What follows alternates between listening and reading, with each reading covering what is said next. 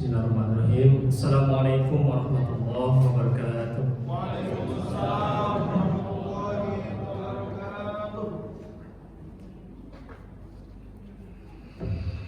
Alhamdulillahirabbil alamin. Wa bihi nasta'inu 'ala umuri dunya waddin.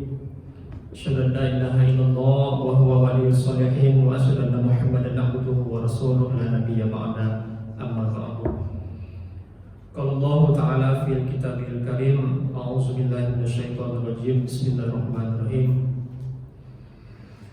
Syahrul Ramadan allazi unzila fihi al-Qur'an hudan lin-nasi wa bayyinatin minal huda wal furqan. Faman syahida minkum asy-syahra falyasum wa man kana maridan aw 'ala safarin fa iddatun min ayyamin ukhra. Yuridullahu bikumul yusra wa la yuridu bikumul 'usra wa litukmilul 'iddata wa litukabbirullaha 'ala ma hadakum wa la'allakum tashkurun. Shadaqallahul 'aliyyul 'azim. Masyaallah muslimin, bapak-bapak, ibu-ibu, orang tua kami yang dimuliakan Allah Subhanahu wa taala. Setinggi puji dan syukur, mari sama-sama kita aturkan, kita panjatkan kehadiran Allah Subhanahu wa taala atas ridho dan kasih sayangnya, limpahan rahmat, taufik dan hidayahnya. Pada pagi Ramadan yang ke-29 ini kita masih diberikan istiqomah oleh Allah Subhanahu wa taala untuk menjalankan ibadah dan ketaatan kepadanya.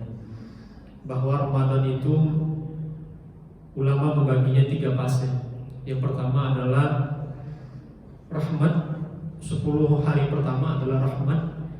Kemudian 10 hari kedua adalah pengampunan atau maghfirah. Sementara sekarang kita berada fase yang ketiga, yaitu itqu minan nar, pembebasan dari api neraka. Yang pertama itu Allah Subhanahu wa taala menurunkan rahmat kepada kita semua. Rahmat keberkahan yang Allah berikan kepada kita bagi yang betul-betul melaksanakan Ramadan dengan penuh keimanan. Kemudian yang kedua itu Allah Subhanahu wa taala menurunkan keampunan kepada kita. Makanya sering kita membaca doa, Allahumma barik lana fi syahri Ramadan wal maghfirah bi maghfirati Ramadan. Ampuni kami dengan keampunan yang Engkau turunkan di bulan suci Ramadan. Kemudian fase yang ketiga ini kita sekarang berada di fase yang ketiga.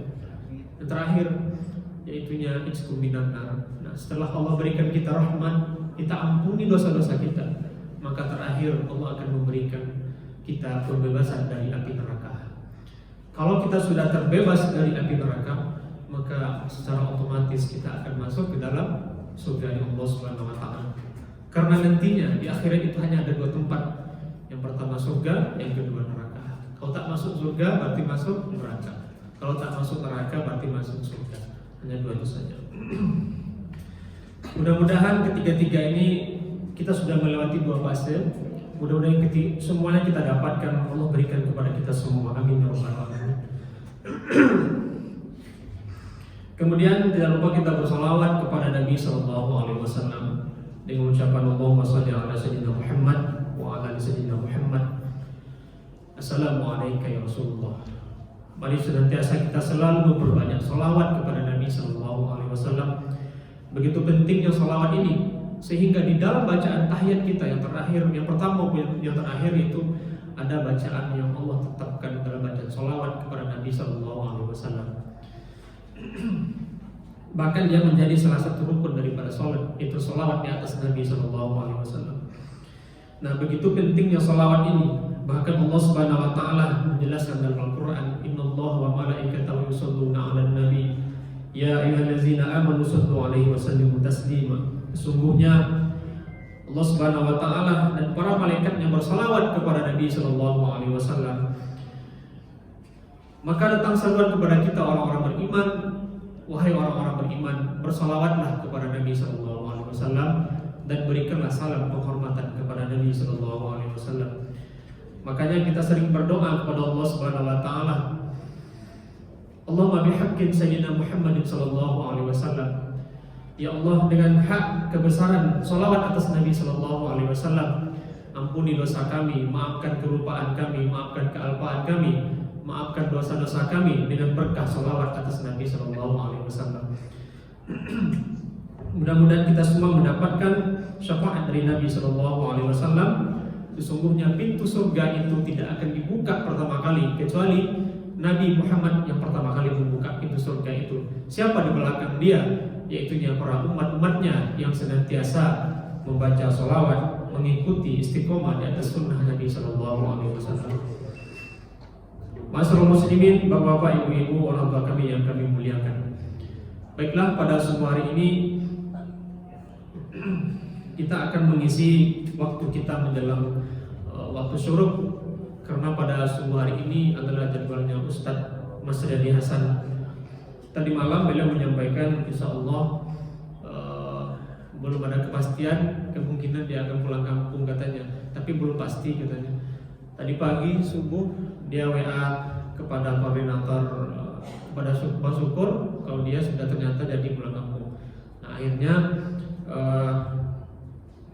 kita isi sebentar. Nah boleh Pak di situ. Kalau tidak boleh kita sudahi saja. Karena keadaan kita hari ini subuh ini memang luar biasa, agak ngantuk sedikit karena iktikaf yang terakhir bagi yang ganjil malam ini. Bagi yang genap masih ada malam besok. Nah jadi kalau mau ikut genap besok ikut Pak Ketua Pak Haji di Masjid Al-Falah. Nah kalau Pak Ketua kita luar biasa, setiap malam ikut kegiatan iktikaf. Baik, pada kesempatan berbahagia ini kita akan sedikit mengulang tentang istilah-istilah Ramadan, karena sebentar lagi Ramadan ini akan berlalu, akan pergi meninggalkan kita, dan kita tidak bisa memastikan apakah Ramadan tahun yang akan datang masih bisa kita jumpai atau tidak. Nah, kita hari ini sudah tanggal 29 Ramadan. Ada yang mengatakan hari Ahad, tapi banyak mengatakan hari Senin kita berlebaran. Seperti Muhammadiyah sudah menetapkan bahwa dia lebaran tanggal 31 Maret 2025 jatuh pada hari Senin. Kalau pemerintah belum mengumumkan, karena nanti sore baru sidang isbat insyaallah. Mudah-mudahan sama lebaran kita. Semua se-Indonesia ini, bahkan sedunia ini mudah-mudahan sama lebaran kita, Idul Fitri. Nah, Ramadan akan berlalu. Ada beberapa istilah, kita ulang istilah Ramadan. Yang pertama, kita kenal Ramadan itu adalah syahrul ibadah, artinya bulan ibadah. Kenapa demikian? Karena pada bulan Ramadan ini kita dianjurkan untuk memperbanyak ibadah kepada Allah Subhanahu wa taala. Ibadah sunnah yang kita lakukan Allah lipat gandakan pahalanya seperti mengerjakan ibadah wajib. Sementara ibadah wajib yang kita kerjakan Allah lipat gandakan pahalanya. Nah, seperti itu. Makanya Allah Subhanahu wa taala memberikan keistimewaan khusus kepada umat Nabi Muhammad SAW untuk melipat gandakan pahala ibadahnya di bulan suci Ramadan. Ibadah apa saja? Apakah itu menuntut ilmu seperti hari ini misalnya? Itu tentu pahalanya berbeda dengan majelis taklim yang kita lakukan di luar bulan Ramadan.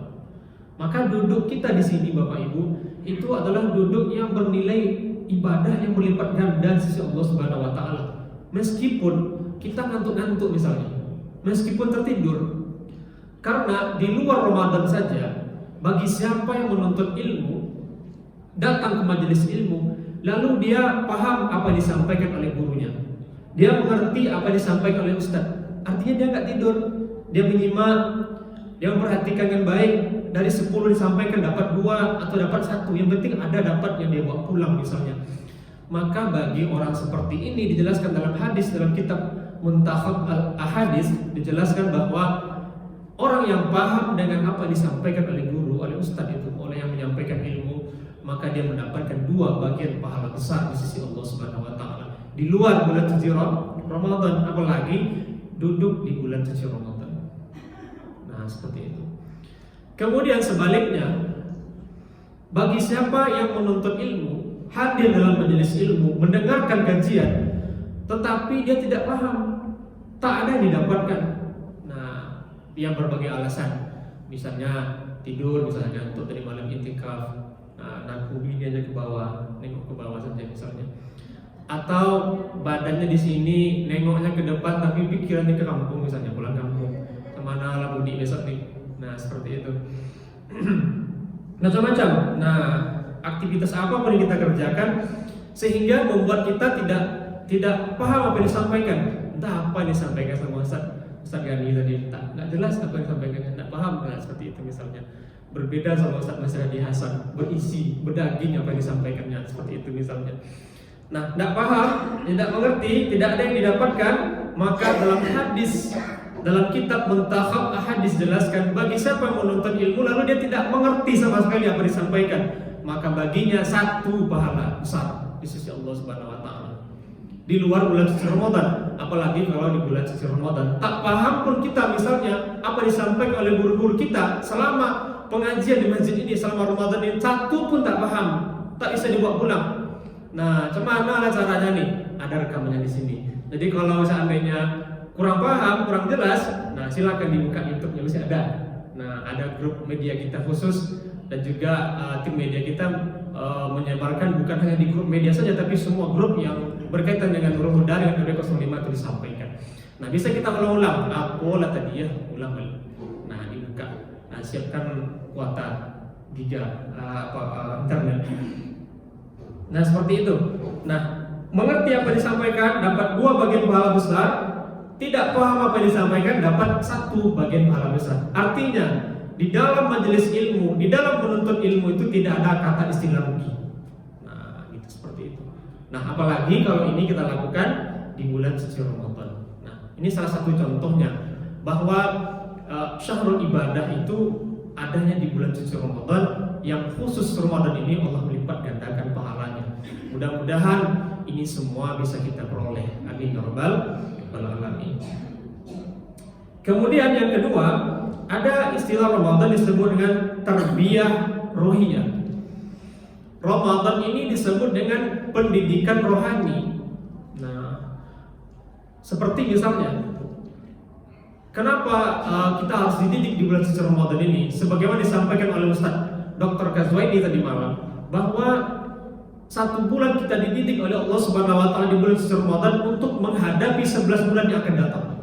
Nah, dididiknya selama 1 bulan. Nah, yang akan kita hadapi 11 bulan yang akan datang.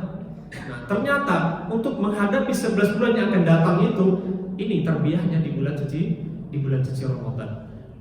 Apalagi ya kalau kita menghadapi perjalanan jauh ke depan tentu harus ada persiapannya.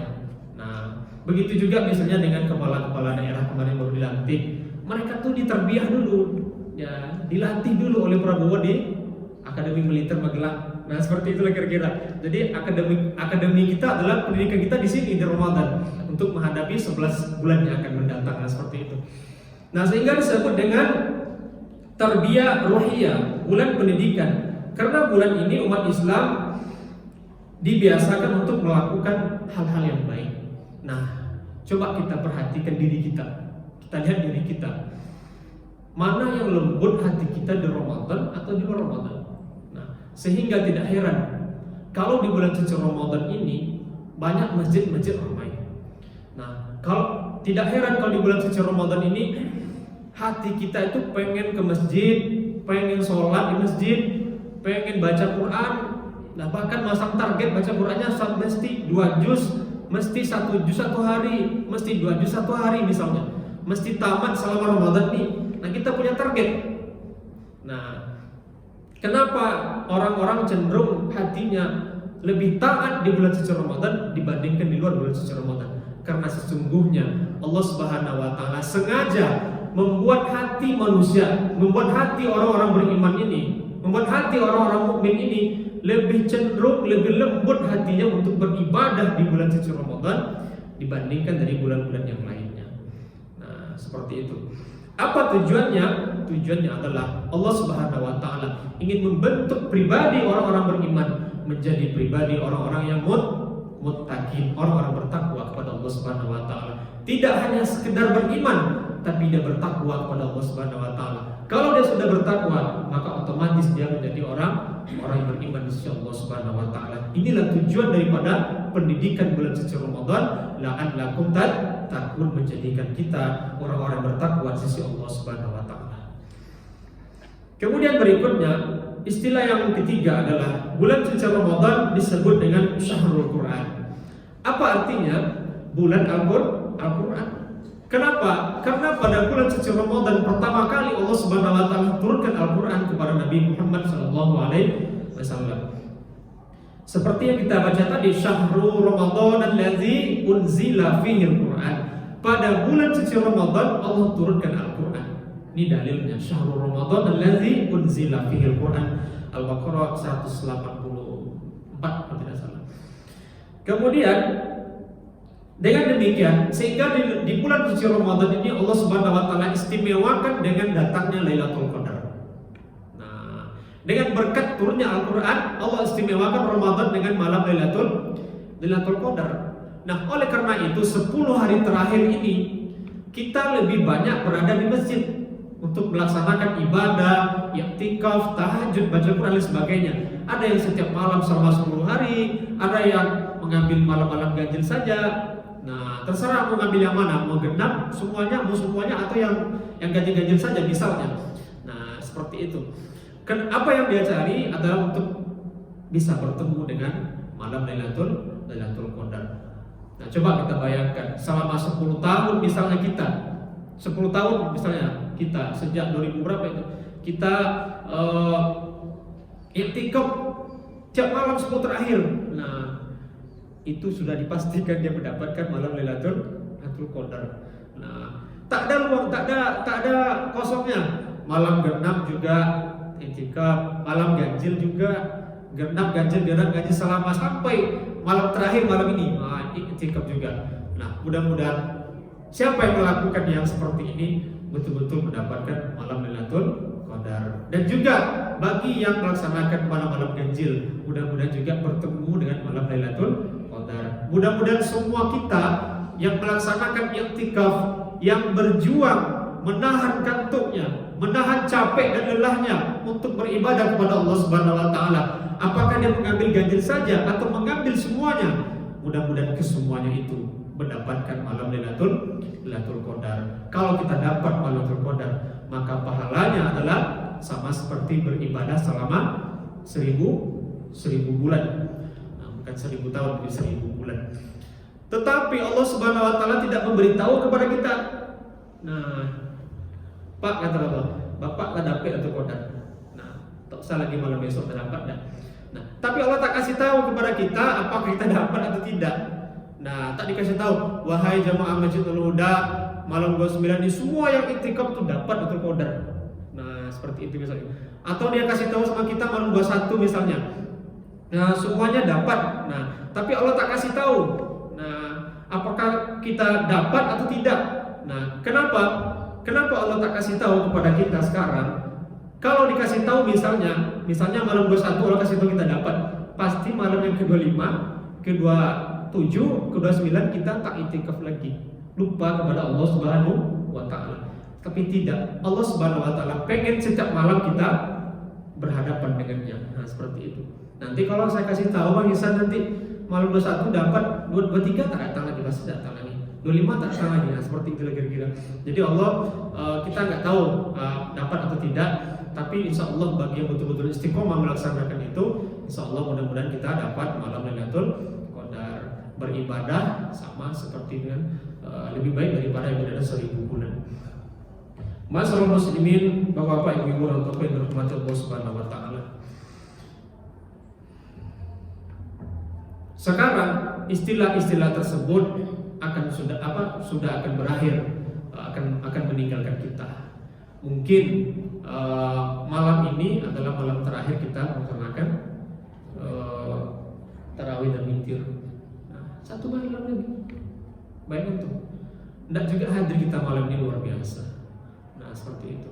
Kita nggak tahu malam Ramadan tahun depan bertemu atau tidak. Nah, seperti itu. Oleh karena itu, keistimewaan Ramadannya akan segera berakhir, akan meninggalkan kita. Oleh karena itu, maka beruntunglah bagi orang-orang yang mensucikan dirinya. Maka beruntunglah bagi orang-orang yang mensucikan jiwanya. Qad aflaha man zakkaha. Beruntung bagi orang-orang yang membersihkan dirinya di bulan suci Ramadan ini. Siapa mereka itu? Yaitu adalah orang-orang yang beribadah secara maksimal di bulan suci Ramadan ini. Nah, dia beranggapan kalau Ramadan ini Ramadan terakhir saya. Nah, seperti itu. Sehingga dia memaksimalkan ibadahnya kepada Allah Subhanahu wa taala. Ini salah satu ciri orang yang beruntung di sisi Allah Subhanahu wa taala. Salah satu orang yang mensucikan jiwanya di bulan suci Ramadan. Yang kedua adalah menjaga dirinya dari hal-hal yang bisa merusak amal ibadahnya, yang bisa merusak pahala puasanya. Bahwa hakikat puasa ini bukan saja menahan lapar dan dahaga, tetapi juga menahan diri kita dari hal-hal yang bisa membatalkan, merusak, bahkan membatalkan pahala puasa kita. Ternyata pahala puasa kita bisa batal, ternyata pahala puasa kita bisa berkurang. Nah, akibat kita tidak bisa menjaga anggota tubuh kita dari hal-hal tersebut. Misalnya, kita menahan lapar dan dahaga, tapi mulut tetap menyebut aib orang lain. Nah, berpuasa tapi tetap menghibah orang lain. Nah, itu merusak pahala ibadah puasa. Tahan dulu, selama Ramadan stop. Dilep mulutnya dulu di siang hari itu. Nah, malam tidak ada waktu untuk bercerita karena tarawih, pengajian, tadarus, tidur, itikaf, sahur, tidur. Nah, seperti itu. Nah, dia berpuasa menahan lapar dan dahaga, tetapi berburuk sangka kepada orang lain. Hatinya berburuk sangka kepada orang lain. Nah, hal seperti itu bisa merusak pahala ibadah puasa kita. Dia berpuasa menahan lapar dan dahaga, tapi pandangannya tidak bisa diajarkan.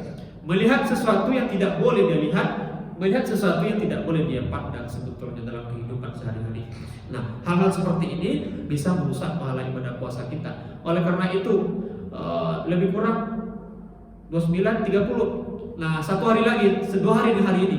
Nah, oleh karena itu kalau selama ini belum maksimal, nah belum 100% maksimal, nah kita usahakan yang 2 hari ini kita maksimalkan betul.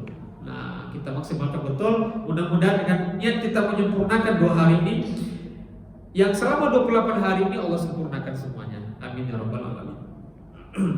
Kemudian, siapa orang-orang yang beruntung itu? Orang mensucikan jiwa itu adalah orang-orang yang berjuang dan sabar menahan ngantuk demi ibadah kepada Allah Subhanahu wa taala.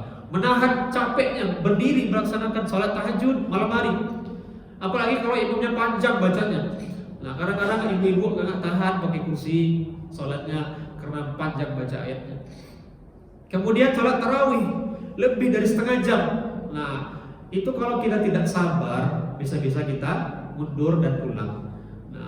Nah, orang yang benar-benar mensucikan jiwanya adalah mereka yang sabar, menahan ngantuk, menahan capek dan lelah demi untuk beribadah di bulan suci Ramadan. Kemudian, siapa lagi orang mensucikan jiwanya di bulan suci Ramadan ini? Qad aflaha man zakkaha tadi, orang-orang yang rajin bersedekah. Nah, bulan suci Ramadan ini ringan tangan kita untuk berbagi kepada orang lain yang membutuhkan. Karena kita dimotivasi oleh hadis Nabi SAW bahwa salah satu orang yang dirindukan oleh surganya Allah Subhanahu wa taala adalah orang yang memberi makan orang lain atau orang bersedekah kepada orang lain. Dalam hadis lain disebutkan bahwa barang siapa yang memberi makanan kepada orang lain sepotong roti dan seteguk air, dengan roti tersebut hilang rasa laparnya, dengan air tersebut hilang rasa dahaganya, maka dia akan dijauhkan oleh Allah dari api neraka selama sejauh 7.000 parit. Nah, seperti itu. Sejauh 7.000 tahun perjalanan dari api neraka. Nah, seperti itu. Itu baru sepotong roti, baru seteguk air minum. Apalagi kalau setiap hari kita ngasih takjil kepada orang lain, ngasih makan kepada orang lain, ngasih nasi kotak atau nasi bungkus kepada orang lain. Itu tidak terbayang pahala yang seperti apa. Sedangkan roti saja 7.000 tahun perjalanan dari api neraka, Allah jauhkan kita dari api neraka. Kemudian, siapa lagi orang-orang yang mensucikan jiwanya di bulan suci Ramadan ini? Yang terakhir adalah orang yang selalu berzikir kepada Allah Subhanahu wa taala. Dimanapun dia duduk, dimanapun dia berada, hatinya selalu tersambung dengan Allah Subhanahu wa taala. hatinya selalu menyebut nama Allah Subhanahu wa taala. Nah, seperti itu. Karena hati kita ini bisa berdetak, bisa menyebut nama Allah Subhanahu wa taala. Nah, bahkan dalam setiap detakan jantung kita itu, nah kita apa kan? Kita niatkan, kita itikadkan bahwa detakan jantung itu adalah menyebut nama Allah Subhanahu wa taala. Allah, Allah, Allah. Setiap pompa Allah, Allah, Allah. Nah, mengalir darah ke seluruh tubuh kita dengan segar karena mengalirnya bersama dengan nama Allah Subhanahu wa taala. Nah, seperti itu. Nah, sehingga tidak pernah lepas dari Allah Subhanahu wa taala, tidak selalu terhubung dengan Allah Subhanahu wa taala. Nah, itu berzikir kepada Allah, kemudian orang yang selalu membaca Al-Qur'an sebagaimana kita sebutkan tadi. Oleh karena itu, kalau misalnya Ramadan ini kita belum bisa tamat Al-Qur'an, tidak apa-apa. Yang penting kita sudah membaca Al-Quran. Nah, kita niatkan tahun depan kalau bertemu lagi, ya Allah, aku berniat untuk bisa menamatkan Al-Quran. Nah, atau selama setahun ini sebagai gantinya, selama 11 bulan ke depan saya harus tamatkan baca Quran. Karena Ramadan ini tak bisa tamat Al-Quran. Kenapa? Karena saya membacanya dengan tadabbur. Nah, kalau tadabbur satu persatu, arti terjemahannya, apalagi baca tafsirnya, tidak akan selesai selama satu bulan. Kecuali kalau itu aja kerja kita dari pagi sampai sore, malam, subuh, itu kerja kita insya Allah selesai. Nah, inilah orang-orang yang mensucikan jiwanya sebagai kita sebutkan tadi. Wa qad khaba man dassaha, dan sungguh merugilah orang-orang yang mengotori jiwanya selama bulan suci Ramadan ini. Sungguh merugilah orang-orang yang mengotori jiwanya. Siapa mereka itu? Yaitunya orang-orang yang diberikan kesempatan oleh Allah Subhanahu wa taala bertemu dengan bulan suci Ramadan ini. Nah, sehat badannya, kuat fisiknya, tetapi dia tidak mau melaksanakan ibadah kepada Allah Subhanahu wa taala. Nah, dia tahu orang tarawih tahu. Nah, sehat, tapi tidak menggunakan waktunya untuk melaksanakan ibadah kepada Allah Subhanahu wa taala. Maka inilah disebut dengan orang-orang yang tidak mensucikan dirinya dengan kesucian bulan suci Ramadan. Maka mudah-mudahan kita semua yang hadir ini adalah orang-orang yang betul-betul mensucikan diri kita, membersihkan diri kita dengan kesucian bulan suci Ramadan, memaksimalkan ibadah kita kepada Allah Subhanahu wa taala. Masyaallah muslimin, orang tua yang dimuliakan Allah Subhanahu wa taala. Sekarang Ramadan tinggal 1 hari lagi, artinya dia akan pergi meninggalkan kita. Oleh karena itu, apa yang tersisa Ramadan ini dalam kehidupan kita? Nah, sebagaimana kami sampaikan tadi bahwa pendidikan Ramadan ini adalah untuk 11 bulan yang akan datang. Oleh karena itu, kalau selama Ramadan ini kita rajin mengikuti kegiatan pengajian 2 kali sehari semalam. Nah, bahkan ditambah pengajian intikaf 3 kali sehari semalam. Nah, oleh karena itu, di luar Ramadan nanti kita harus rajin juga mengikuti kegiatan pengajian. Nah, jangan Ramadan saja, di luar Ramadan juga begitu. Dia kadang Ramadan rajin betul mengikuti pengajian, subuh, tarawih, iktikaf. Habis Ramadan tak muncul lagi ke pengajian. Nah, gitu. Padahal pengurus sudah membuat kegiatan pengajian 2 kali seminggu. Nah, tak ada masjid seperti itu. Nah, cuma kita seperti itu. 2 kali seminggu. Supaya apa? Supaya ilmu kita semakin banyak.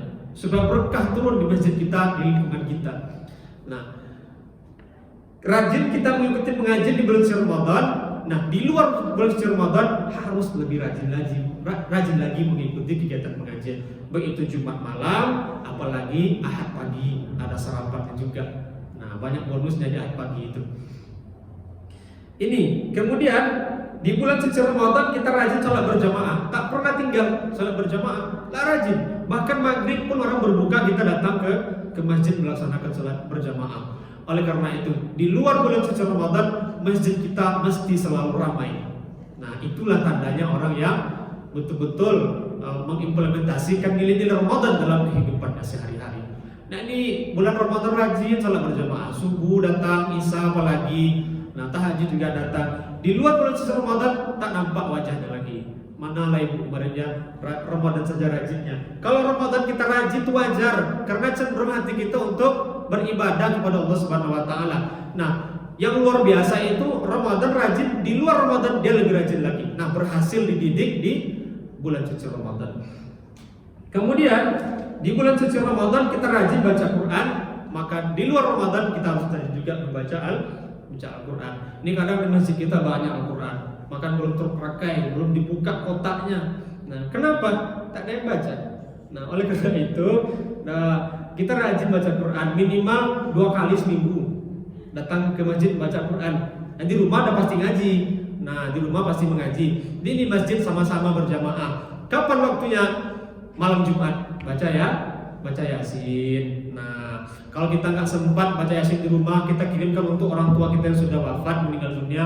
Minimal kita hadir sekali seminggu ke masjid, baca Yasin, kita doakan, mudah-mudahan Allah sampaikan kepada kedua orang tua kita.